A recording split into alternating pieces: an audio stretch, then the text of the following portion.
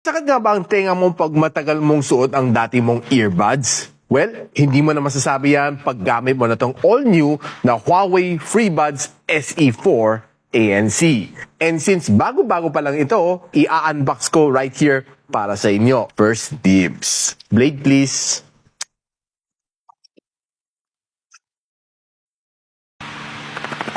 Meron siya mga extra ear tips na kasama. And meron siya mga manuals and warranty card na kasama. Ito na yung buds. Woo! Ganda. The all-new Huawei FreeBuds SE4 ANC. First things first, ikabit ko muna sa akin tenga.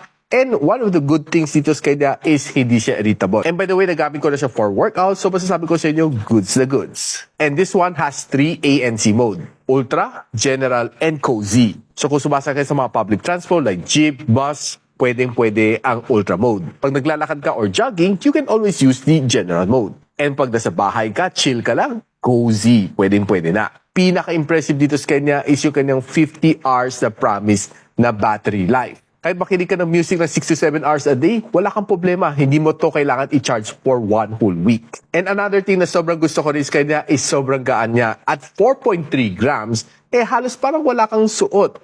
Talagang wala kang mafe-feel, no? There are times na hindi ko namamalayan na may suot na pala akong earbuds. Ganon siya kagaan. Another feature na hindi mo masyado makita on other buds is IP54, the dust and water resistance. So in case of accidents, nabasa sa ng ulan, walang problema dahil protected ka. And by the way guys, ito hindi lang siya pang Android, pwede pa siya pang iOS. And hindi lang siya pang smartphone, pwede rin pang tablet, and pwede pang mga laptops as well, pati desktop. Basta may Bluetooth support. Alam nyo guys, ano yung pinaka-mind-blowing na feature dito on these buds?